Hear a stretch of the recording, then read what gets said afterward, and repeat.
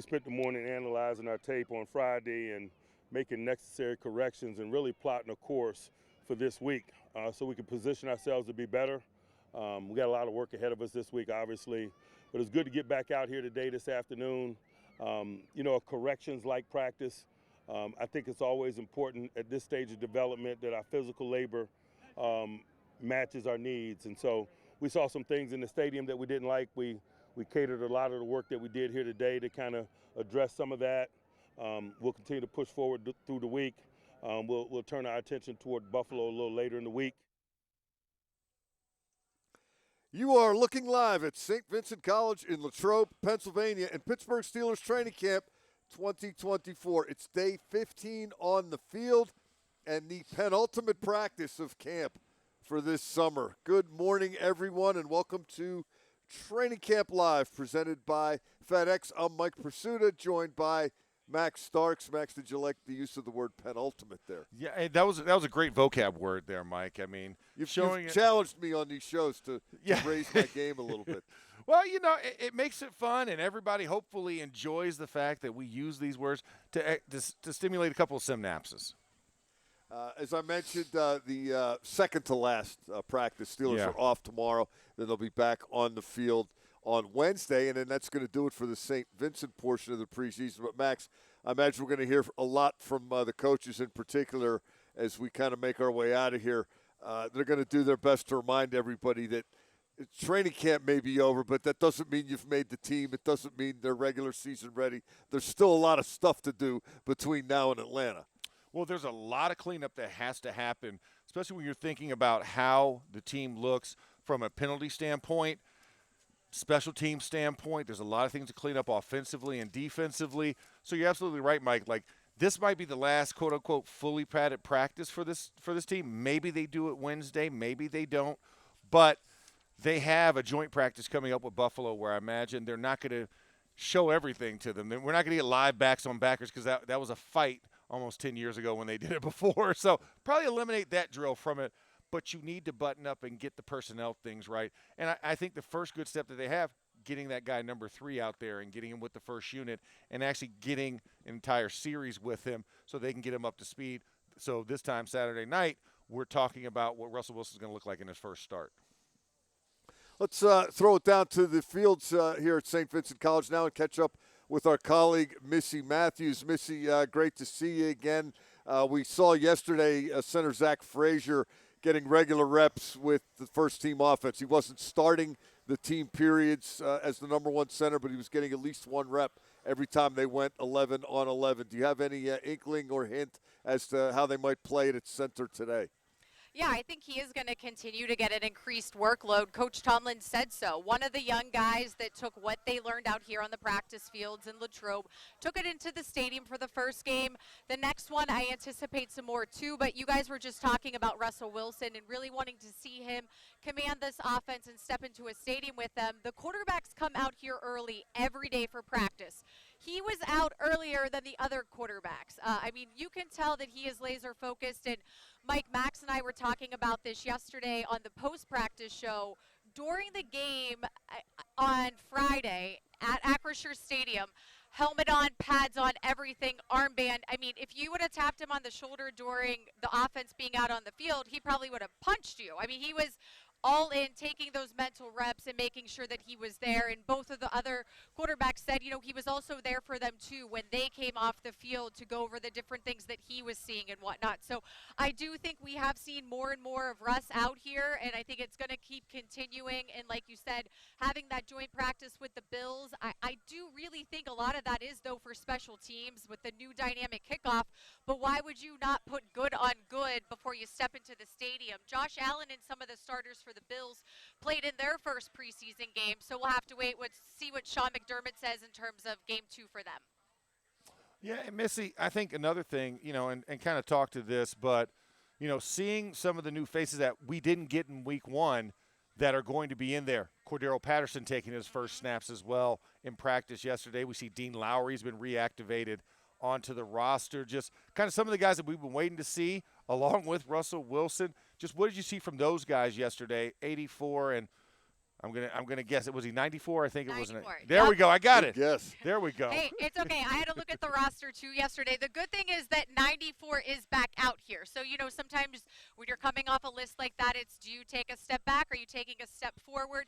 So that seems like, again, they're just kind of going through individuals and whatnot. And, Mike, I know you were there when Cordero Patterson talked after practice yesterday. I think he wants to get in the stadium and give it a try at this new dynamic kickoff. I think on Friday, that first game, Coach Tomlin was trying some different guys and whatnot. So it'll be interesting to see what he chooses to do. But I feel like you got to put him out there and see what he's got. I know I want to see him in a Steelers uniform. Is he down there today, and is he throwing footballs with fans on the hillside as we speak, similar to what he was doing with the fans Friday night?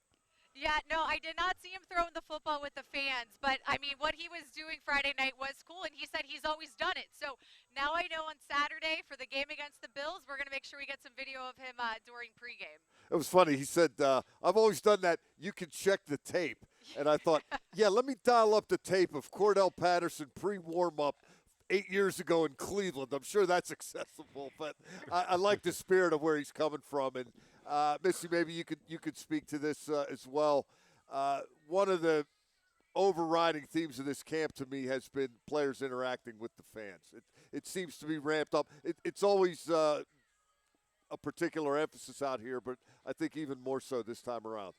No doubt, and I actually do think, the change in the morning practices, the 10:30 a.m. starts as we're doing here today, I do feel like there is more time. As Coach Tomlin said, I understand it's getting a chance to watch the video from the practice on the same day, make those corrections within that same 4 or 5 hour span.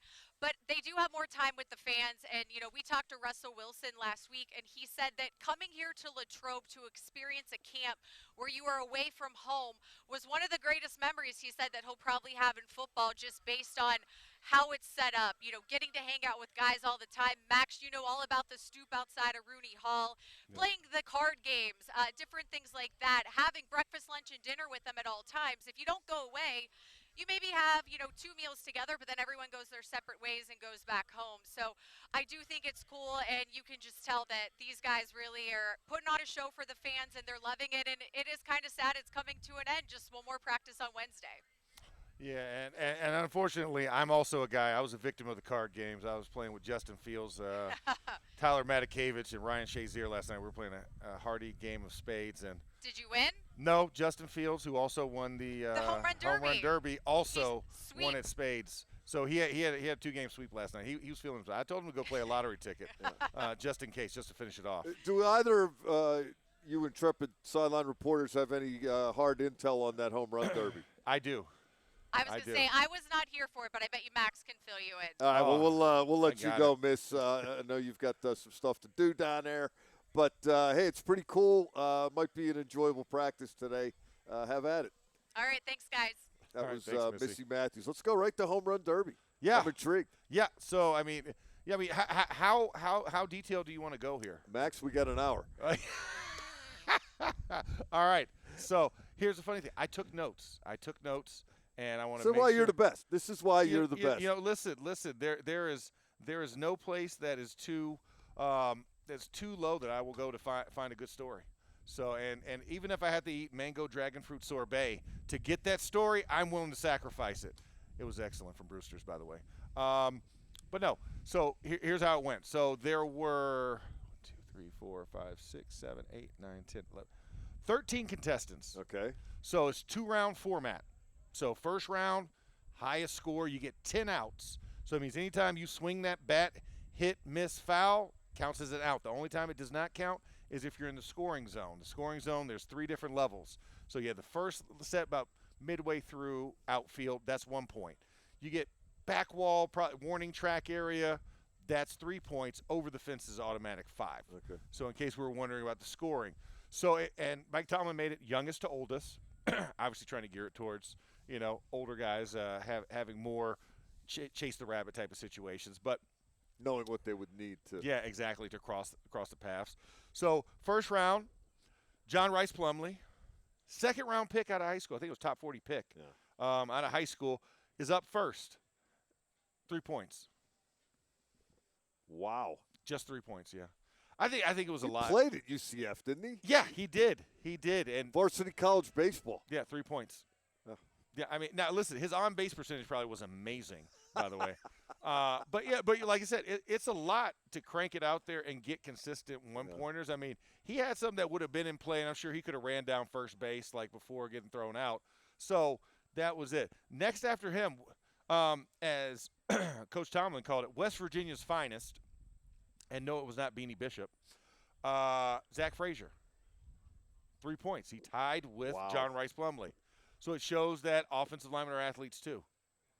And then after that, it gets a little funky. Logan Lee, defensive lineman, he got 8 points. So the defensive line representative beat out the offensive line representative. So Zach was our only offensive lineman. But then the wide receivers came. Jacob Copeland, 16 points. Jeray Jenkins, 21 points. Mr. Justin Fields in the first round, 21 points. Matt Wright, 22 points. The kicker. A kicker, I should say. A kicker, but yes. Still. And Kuntz, 17. He gave it a good shot. He gave it a really good shot. And then Ward came up. Jonathan Ward didn't score any points. None. So, none. It was I felt bad for him. Patrick Queen, 6 points. 6 points. It was he had a nice home run and then a lot of foul balls. And then he had one fall. Then we get to Kyle Allen, right? Shoeless down on the field. Shoeless Kyle Allen. 1 point. And then Russell Wilson.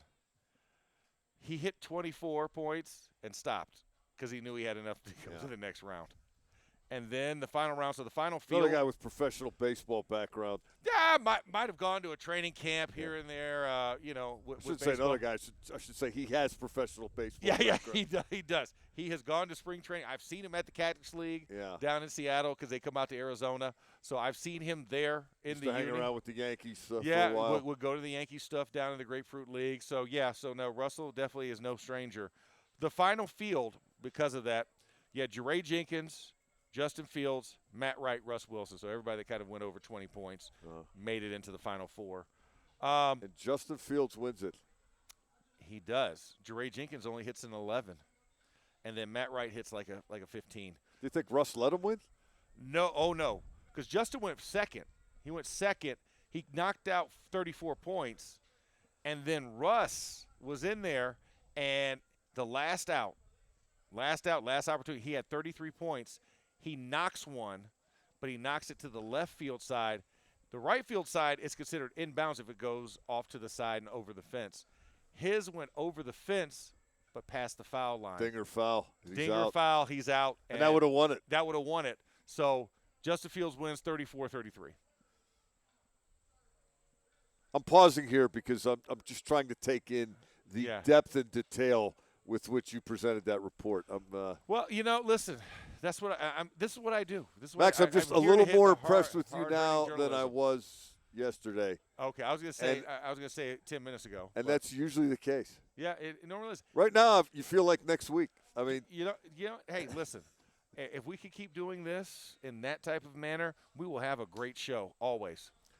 Well, one of the reasons I wanted you to talk about Home Run Derby is because one of the reasons that they are up here is to do stuff like that. It's to build camaraderie, to bond with each other. And I think I saw some pretty good evidence of that yesterday out on the practice field. I wanted to bounce this story off you and see if you interpret it the way I did.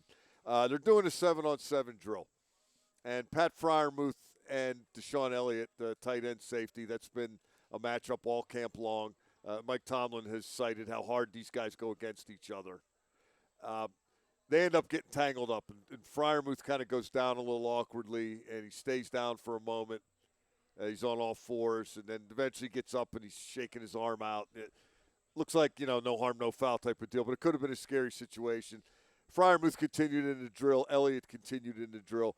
Then when those guys were both done, they're part of it, and you're getting to the second and third teamers. Elliott walks around behind the people who are watching from behind the offense, the coaches and trainers and everybody, comes over to the offensive sideline where Fryermuth has taken a knee and he's watching, taps him on the shoulder, gives him a fist bump. They start talking for about 5 minutes, and I was overhearing bits and pieces of it. But, hey, this is what I was trying to do there. I wasn't trying to do that. Like, it just reeked of being a great teammate to me. Like, they're battling out there, but he really cares about his offensive brother. Yeah, no, I mean, and I'll give you another example that goes to further support that. Friday Night Lights. I'm standing behind the offensive huddle, watching a play. Graylin Arnold comes in on a blitz in between the tackle and the guard. Both of them are locked up, and Justin's looking right, and then comes back and fires left, and there's Graylin Arnold, and he kind of nicked past his arm, but completion still. Drills going on, everything. Offensive lineman, little peeved off and everything. Justin comes out when Kyle goes in. Graylin Arnold, here you see him running down the sideline, coming behind the drill, and he comes to just, hey, Jay Fields, man, bro, my bad. I didn't know you were coming back that way. I'm sorry. I was just in on a blitz. And he was like, hey, I got you, my dude. I knew what you were doing. And that was so that's been kind of a theme for everybody in this camp is at the end of the day, I know we wear white and gold jerseys, but you're still my brother across the way, so I got to take care of you so that I can get you to the stadium on Saturdays and Fridays and Sundays. So let me make sure that I'm right and that there's no extra beef or wondering what if. Let's clear the air immediately. So I think they've done a really good job throughout camp at various points when guys do get locked up outside of fights that they actually talk about the situations and they understand that, hey, I wasn't trying to do that to be, to be petty or anything. Like, I legitimately didn't know. And who do I look trying like, to think. Landon Roberts? Yeah, exactly. Do I look like E-Rob? No. But I thought that's something that I've seen as well. So that was a great description. And then, but that doesn't happen often, does it? Where a guy will leave his sideline and make that kind of effort to go talk it out. No, I mean most guys, it'll be in the locker room. And this wasn't, coach directed or anything. He really wanted to go. Felt they needed. Make sure Fryermuth knew he wasn't trying to take a cheap shot or anything. Exactly, like that. That's the competitive. I think like you said, this is what St. Vincent's is for: is to build camaraderie because it's going to come times in the season. Whether you're in teams together or whether you need the offense to have a long drive because you need a blow because the defense just got off the field off of a long drive. Like there has to be that chemistry and coordination and talk. Hey man, I need you. Come on, let's go. I need you. And so that's what you get to see. And when you see it from, like you said, both sides of the ball, talking and communicating with each other cleanly, it's a good sign. And it goes to show you that also training camp does work because that brings that element together. I mentioned Roberts a moment ago. We were having some fun with him, but that he's the guy that sort of sparked the fire, the sidelines clearing fracas, let's say. I mean, it wasn't really a brawl, but it was a little incident. The camp skirmish. Yeah, camp skirmish. He told me that he just felt like getting something started. You said he told you something similar. Yeah, he wanted to see how they react, and he said, "I'll never do that again." He's like because he felt the shadow and probably heard the ground shaking a little bit when Mason McCormick and Zach Frazier were storming towards him to defend the honor of their quarterback, and he knew he had to keep his head on a swivel. So I think that's exactly what he was thinking. But he also probably wanted to see that reaction, like the camaraderie on offense, and just see if it happens because he said he did it a year ago and nothing happened. So. He tested the waters, and he got a different reaction this year. So we think they got that box checked up here this year, the chemistry, camaraderie, bonding box. Yeah, I think they got that area. Now it remains to be seen with Russell and his wide receivers on game day on the field. But for the actual team aspect of bonding as a unit, I think yes, absolutely. We mentioned when we spoke with Missy Matthews the little uptick in, let's call it leverage for Zach Frazier, the second-round center out of West Virginia. If he was a relief pitcher, we would have described him as pitching in a higher leverage situation. Instead of the fourth inning long relief, they gave him the seventh inning yesterday. Yeah. At least one rep in every team drill with the first team. How big a deal is that? Let's start there. I think that's a huge deal because you've already proven what everything is. You've proven your worth in a game. They can go see the film. So it's right to say, hey, let's take a longer look. Let's make this more of a competition because it wasn't really a competition early on in camp. But now that you have game film out there, you have tape that you can weigh against. Now let's see, okay, maybe he needs to get a rep here. Let's see how he does with that. Troy Fautano, the same thing was happening with him, right? He was coming in the last rep and then bumping Broderick over to left and pulling Dan out.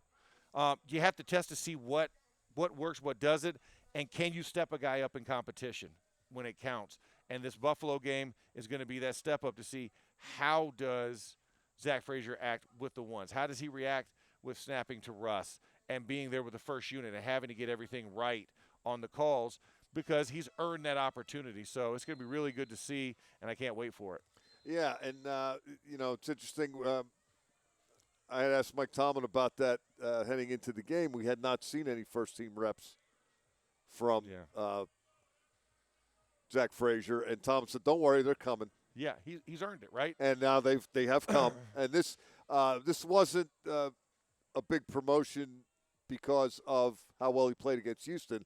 There's a plan in place to, gradually ramp him up. Yeah, and that we're starting to see that unfold now. Yeah, it's like hitting milestones, right? You clear one chapter, now you get to go on to the second chapter. Second chapter gets a little bit more intense, right, as you're going through it. And so how do you handle what's happened in this next phase? We talk about like milestone achieving. You got through the first game, you look pretty good. Now let's ramp up the competition to see how you handle that, because eventually when you get to week one, that's when it's really going to matter. And how have you stacked up leading up to the increased workload to be ready to combat what is a 17-game season? Another guy who I think has contributed to the chemistry, camaraderie, bonding, and I don't think this is intentional necessarily, but John Reese Plumlee. We've seen him working on kickoff and punt returns. We saw him in the game against Houston Friday night line up as a personal protector and then run down and make a tackle on a punt. And yesterday we see him running routes as a receiver, catching multiple passes from Justin Fields. I mean, this kid's just trying to make the team.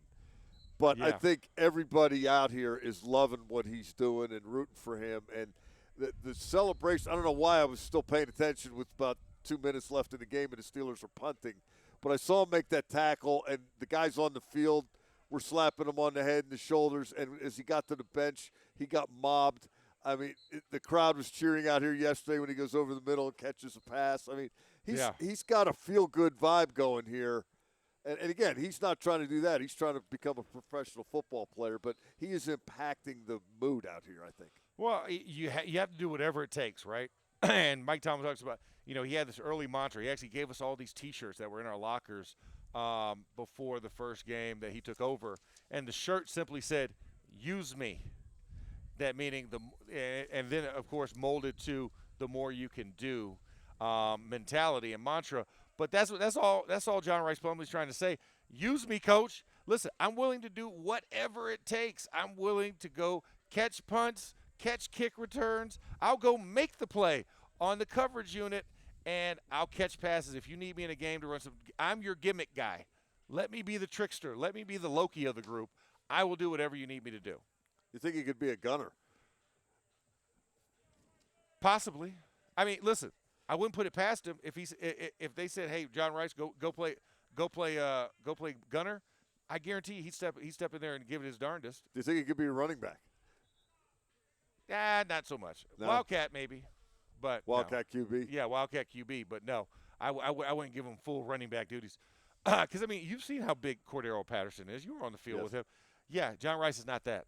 And that's a very large running back. And a very fast one. Yes. So, I listen, he had 1,000 yards rushing as a QB. That's a different story than lining up and everybody knows that you're the running back. It's a different target on your back.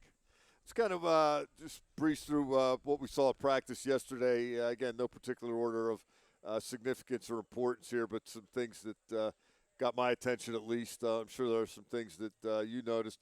We'll start with 7 shots, 5-2 defense, and a couple of sacks. When I say sacks, they don't tackle the quarterback, but I write down SK with quotes around it on a play where I think the guy would have got sacked. And I had one for number 51, Nick Herbig, and one for number 90, TJ Watt. I think they're pretty well stocked at edge rusher, but could use one more. Yes. Due to the recent retirement of number 4. Marcus Golden. Yeah, I know. I think defense was definitely lathered up for that drill. Once again, it's tough when it's in helmets. It's always the toughest part. But like you said, Denzel was there. He was yelling every time, sack, sack, on the sidelines, trying to promote, his defensive unit and what they're doing. But I think it was something that it'll be a little bit different today, because I know the offense with these pads on did not have the greatest live 7 shots in the stadium drill. So it's going to be something they're going to look to be emphasized on. And I'm sure that Arthur Smith is going to be very locked in today for that drill, because he knows his unit came up short in a key moment, especially that 4th downer to Calvin Austin with the back shoulder fade at the back pylon. So it's going to be one that I'm sure they're going to be very interested in, and hopefully we get to see a little bit of that today. Yeah, I would like to see, and they don't ask me, believe it or not, what plays they should run or who they should run them with. I can't believe it's a travesty. I'd like to see the same offensive line take about 3 cracks at it and run it in. Maybe more than once. Yeah, more than once. But I think it's also imperative that you start to create that chemistry with whatever you're thinking for your offensive line. So give them an earnest look at it. And I think because of the extended play that they're going to get come Tuesday, I think we might get that live. So this will be very helpful for them, translating what they take from the practice field here and applying it to the stadium on Saturday. Scotty Miller, a touchdown catch from Justin Fields in 7 shots. That was one of the 2 scores. Would you say he's number 4 right now, or still a little too difficult? I think I give him number 4 because he's also a special teams guy. So I think he has a firm hold of that 4 unless anything else happens. I mean, you get like a Roman Wilson back, then maybe he slides down the list. But, no Roman, I think Scotty's number 4 right now. Could also maybe make a trade if they feel like it. I don't know if that's at all being considered. But. Yeah, about that. About that. Defensively, Beanie Bishop had been running with the ones as the slot corner, the nickel. Yeah. Yesterday it was Grayson Arnold.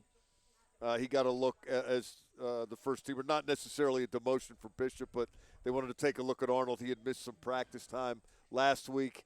Was able to play just a little bit at the end of the game. He's 5'10", $187 out of Baylor, 26 career games with Philly and Houston. Also in the mix at slot corner, Thomas Graham Jr., 5'11", $197, former 6th-round pick of the Bears out of Oregon. He's played 11 career games. Yeah. Mike Tomlin keeps getting asked about Beanie Bishop, and he keeps doing the Lee Corso not so fast, my friend. Yeah. I would say advantage Beanie, but work to do, and that position still to be determined. Yeah, it is. I mean, we've talked about this, right? Braylon Arnold's been injured a majority of the last week or so, so he hasn't gotten any real burn, and he didn't play in the game come Friday. So this is an opportunity now to say, hey, Braylon's in this competition. Like, he's very viable in this competition because we have 8 weeks to fill. So I need more than just one option. So Braylon Arnold was doing some good things before he got injured. So now that he is healthier and can contribute, let's give him a fair shake at this. Benny's gotten a lot of reps at this position, especially with Braylon being out. So now let's try and change and turn the tide and see if Braylon can come up to speed and be ready to participate. And let's see what it looks like on Saturday night. Now we got talking about Gunners a minute ago with Plumlee.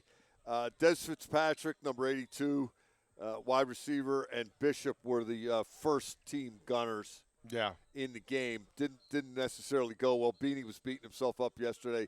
He said he didn't shoot his shot. He could have made a tackle and didn't. I think we all saw that.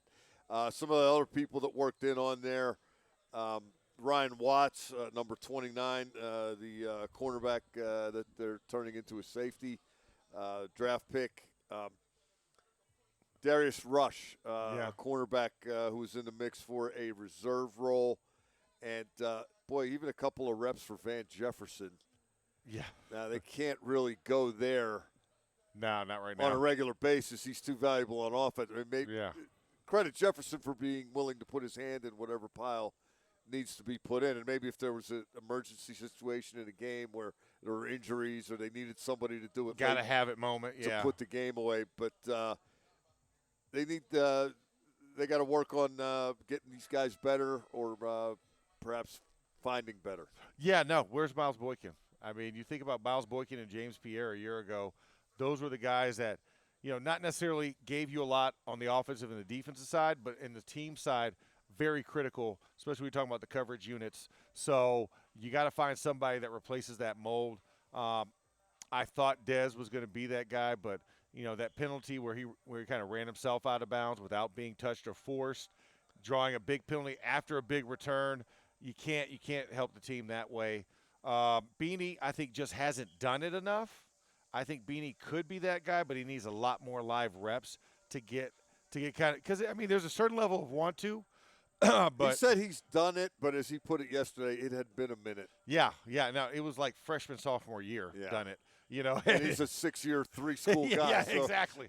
So it's a lot different from far ago. So I think for him, it's really going to have to be, getting the technical side, because it's one thing to get the head up and you beat a guy one-on-one at the gunner position, but teams are running vice, and in that situation, you have to have other options available, and you need to be able to have some technical prowess with that position. So I think his issue was getting behind the ball.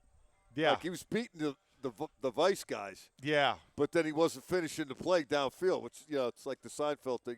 You can make the reservation, but you got to hold. You got to hold the reservation. It's really the most important part. But that's not something that generates headlines, but it is an important phase. You need to be sound there. Yeah, because the reason why it doesn't generate headlines, because usually most people are fair catching it because your gunners are that good. That's the tail of the tape, right? But when they don't, and you're like, well, what went wrong for this guy to get on the plus 50 side of the ball? It's the gunners. So it's something that you look at it, and that's the nuanced thing that we get to see, that most fans aren't going to pick up on. When you make a mistake like the one Fitzpatrick made the other night, is that teaching moment, or do you have to go to the back of the line now and see if it rotates through again? Like, how many of those do you get in the preseason if you're a guy who's maybe trying to make the team as opposed to a guy who we're pretty sure is going to be on the team? Yeah, you get one more shot after that because you've done it, you messed up, mea culpa the situation, take full responsibility, but don't do it again. And this will be your last opportunity to prove, can you do this and can you do it at a high level? If you can't, well then, son, now go back to the back of the line. I think that's what you have to do. But you can't say just because of one time it happens. Second, one time is an accident, twice is a habit, and that's what you're trying to see. Is this a habit or was it just an accident? Get a look right now at Corey Trice, number 27, Corey Trice Jr. And an interesting guy. I mentioned he got a lot of run with the ones. No Dante Jackson yesterday. He's back from a serious knee injury. He's played a little dime. Could he be in that mix as backup corner and maybe gunner? I think I would definitely put him in a position that he is going to compete for that backup corner position opposite Joey Porter Jr., which means right behind Dante Jackson. And I think Kalen Barnes is probably the other guy that's competing right behind Joey Porter Jr. He did some really good things in the game on Friday night. And Corey Trice, you can't coach height. You can't coach speed. He has both of those. He's 6'3". He's an alien out there.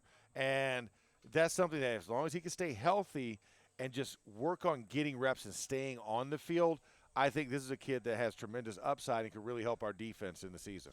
Yeah, he certainly looks the part, particularly if you're one of those teams that likes the big corners, the avatar corners, as Mike Tomlin likes to call them. I wasn't sure. He was braced up a little bit in OTAs, but that went away, and you see him out there. He's moving well, right? Yeah, he's looking very fluid, very free. And I think the other thing is, you can see his confidence building every single day. And I think that's a sign of getting reps and getting experience and feeling comfortable within the system. Because remember, we lost him very early last year. Yeah, right when the pads came on. First day of pads, we lost him. So this is really his rookie year all over again. So the learning curve for him has been very steep, but I think he's been really handling everything from a proper position and just taking everything in stride. One of the things we heard, staying with the defensive backfield, Watts, who is an intriguing guy, they're kind of transitioning him to that safety position, and he's around the ball a lot. out here. You noticed him in the game, but Terrell Austin, the defensive coordinator, said when we got back here on Sunday that there were some alignment issues. Understandable for the first game, but not forgivable for the second. Is that how that's treated? Yeah. Anytime you transition a guy, you have to expect that there's going to be some tendencies and some old habits that are going to creep in.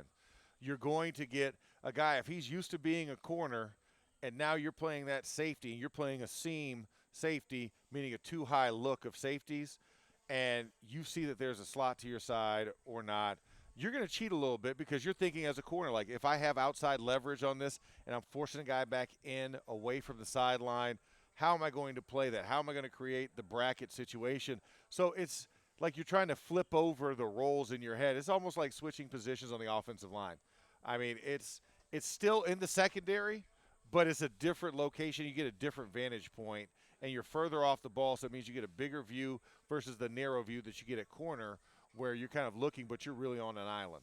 Yeah, there you get another look at Zach Frazier as we flip it around here in the early portions of pre-practice. They also spent some time, Max, working the big nickel, which is Deshaun Elliott in the slot and DeMonte Casey and Minka Fitzpatrick at the traditional safety positions in the 5 defensive backs nickel. What's the line of demarcation for 3-corner nickel versus 3 safety nickel? I think it really depends on your personnel and how you identify. I think that's the other thing because, if you have a tight end that has a propensity to want to run and he's not really there's not a big run threat, then I think we got a little World Cup going on here. What's what's happening? The camera went away. I wanted to see what the play was. I feel like this is more intriguing than what I was going to say. Are we playing soccer goalie here? What's going on? I feel like we are. I feel like this is like Let's PK. stay with this for a second. The PKs of DBs. I have no idea what's happening here. Yeah. But I'm intrigued. Yeah, this looks like a penalty kick almost. Is he going to throw it? Yeah, he is. Oh, okay, so you got to go around the pad. Okay. I guess the net's there just to catch the ball if the guy misses it. Yeah. So that somebody doesn't have to go chase it down the street and it goes in the sewer and then the game's over. Yeah, then the game's over because it's on the turf field. Yeah. It's like the backyard of Sandlot with the dog. Okay, never mind. Anyways, back to big nickel talk. Back to big nickel. So I think it depends on the personnel grouping. I think if you have a tight end that's more apt to run versus being a blocking tight end, you would probably put in your smaller nickel unit. But if you have a team that it's a two-way go, so just for our examples, if I see a nickel unit and Pat Fryermuth is a part of that unit, I'm gonna think that's smaller nickel because he's gonna want to run, right? But if I see when Darnell, you say not run the ball, but not run the down ball, the field. he's gonna run down the field. He's gonna run a route. Yeah. And if I see Darnell Washington, I'm thinking block. So I would want to have a bigger unit in there because there's a bigger propensity to run. So I think that's how you kind of deploy it. I don't think you say we're just going to go in and just stick with it because I think Beanie Bishop, Graylin Arnold offer a different skill set than Deshaun Elliott. Deshaun Elliott is a bigger, more physical guy, so he's going to want to be in there in case it's a run-pass option, where run being the first set in that third medium range. And I think a third and long, you would probably consider more of the smaller nickel unit. Did you find what Terrell Austin had to say on Sunday at all interesting when he said, no dime in the game. It was all nickel, even in those situations where they always play dime. And that's because they wanted to take a look at it. And they think that maybe if they want to, thanks to the speed of Queen and the speed of Peyton Wilson, they can go nickel more than dime, or more often at least. Yeah, I like what he said. I think we all were thinking that, so it's kind of restating the obvious. But at the same time, it is a nice luxury to have that, to say that we could stay in one personnel grouping a lot more because we have faith in those guys. I think they've earned that trust here in camp. When you watch how Pat Queen covers, when you watch how Peyton Wilson covered, not only in practice but in the game, it definitely makes you feel a lot more comfortable. And the less I have to switch that guys out, the better I feel as a coordinator, right? The more I can do out of it, the more I can generate out of the same look and still confuse you is a very good thing. I really liked seeing it on 2nd and 21 and 3rd and 15. What I didn't like was those two plays led to 1st and goal, and then the ball ended up in the end zone. It was similar to the offensive approach at the goal line. Hey, I love 3 tight ends and run it. I love 2 tight ends and a fullback and run it. But if you run it a little better, you don't have to throw a fade on fourth down because you're already in the end zone. Like, it's one thing to have a theory about how to do something, but you still got to do it. Still have practical application of theory, right? I mean, that's essentially what it comes down to. But once again, it's the preseason.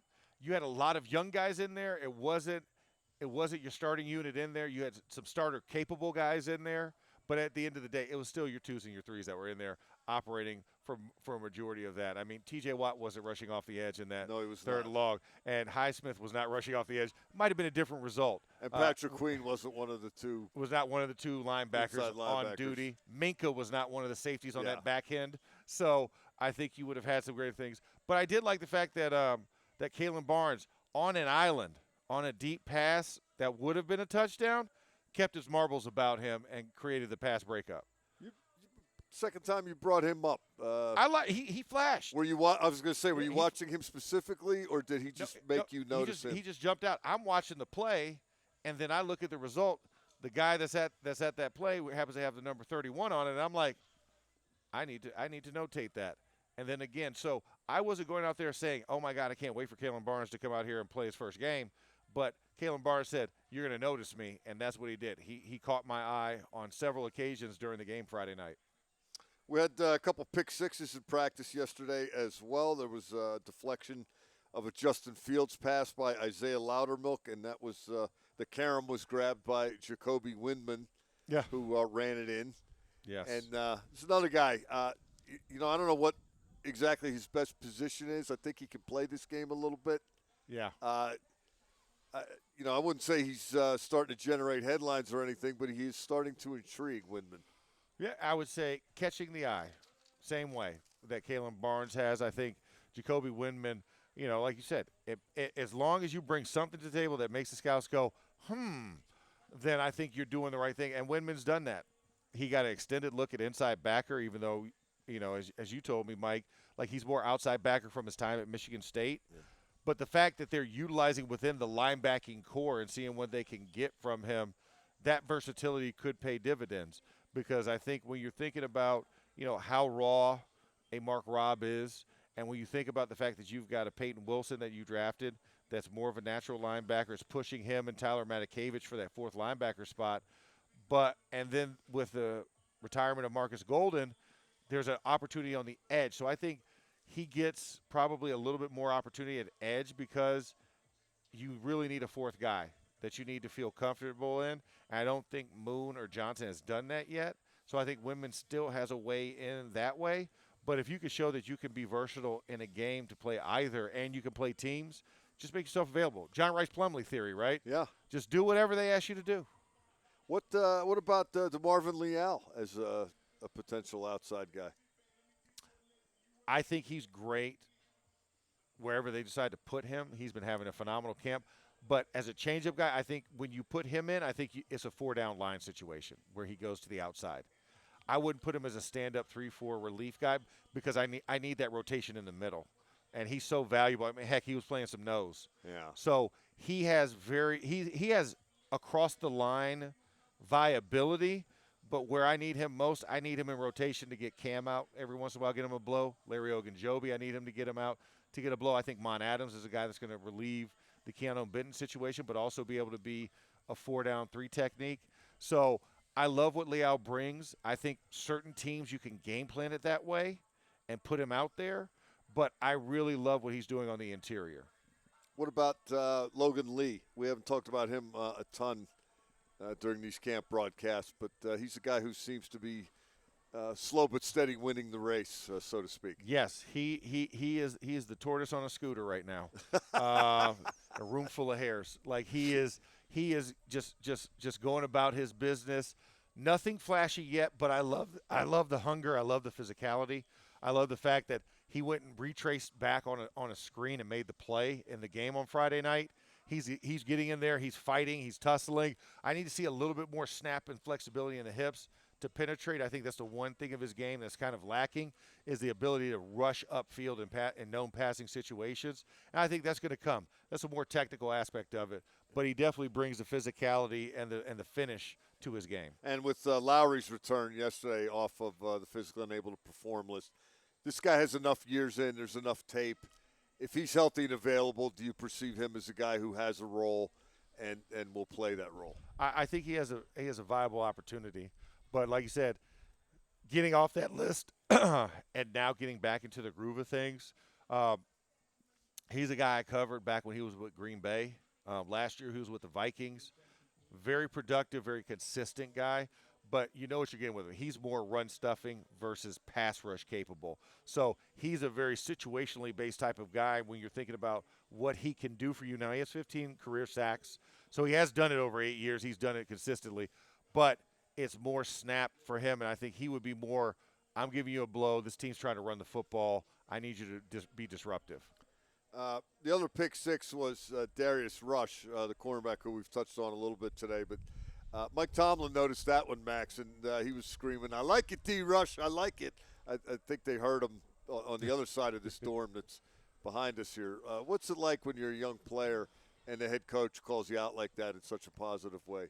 Oh, it's nothing better than that. I mean, that's the greatest feeling. You look for you're trying to get the coach's attention. And who better of a catch to put on your bingo card for 2024 training camp than having the head coach call your name out specifically for doing something good. So it's always a good sign when you get the head coach involved. Just like when you're on Backs on Backers and coach wants to see a lineup again, that means one guy did really good, the other guy did not live up to expectation. Similar type of feeling. You want to get called by the coach, but you hope it's for good stuff. Conversely, and we saw this summer, a guy wanted a rematch in one of the Backs on Backers drills, and Mike Tomlin said, you can't be that bad and get a rematch. Get out of here.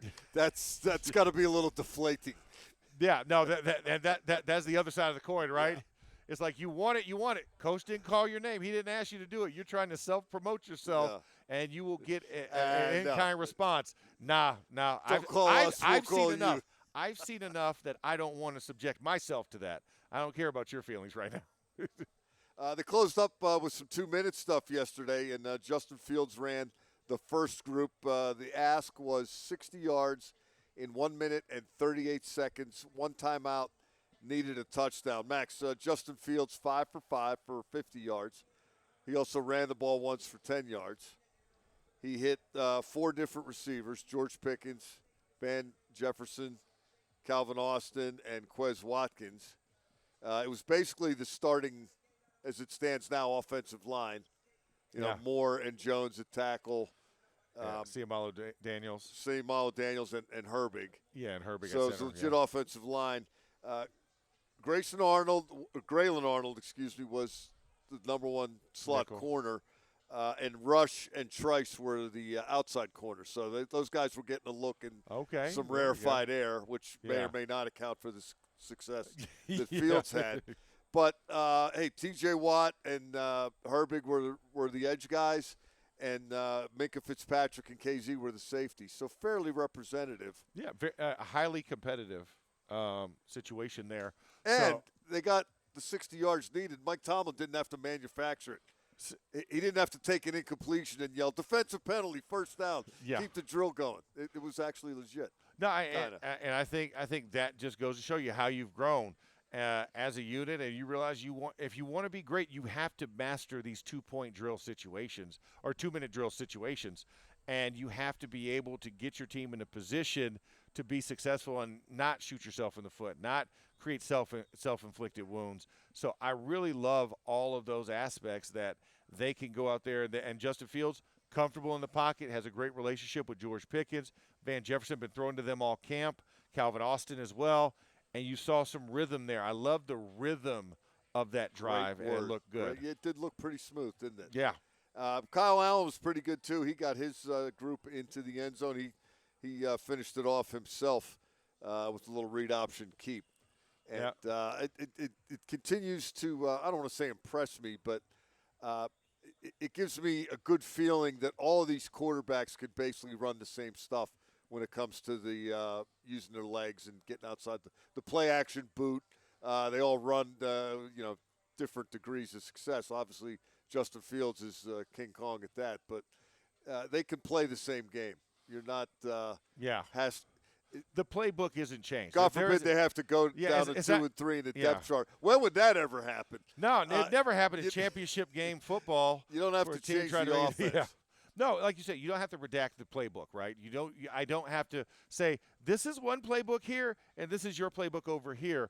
We get to read from the same book and run the same type of plays, and that's a comfortability that you have to have. And that's when you build a room. You want to build a room where everybody you feel can do what the other can. Now, some do it with more flair, more panache, more power, but you can still have the base workings to run said offense without having to adjust it and not having to make it so deceptive to the other team. You're not going from Lamar Jackson to Phillip Rivers. Correct.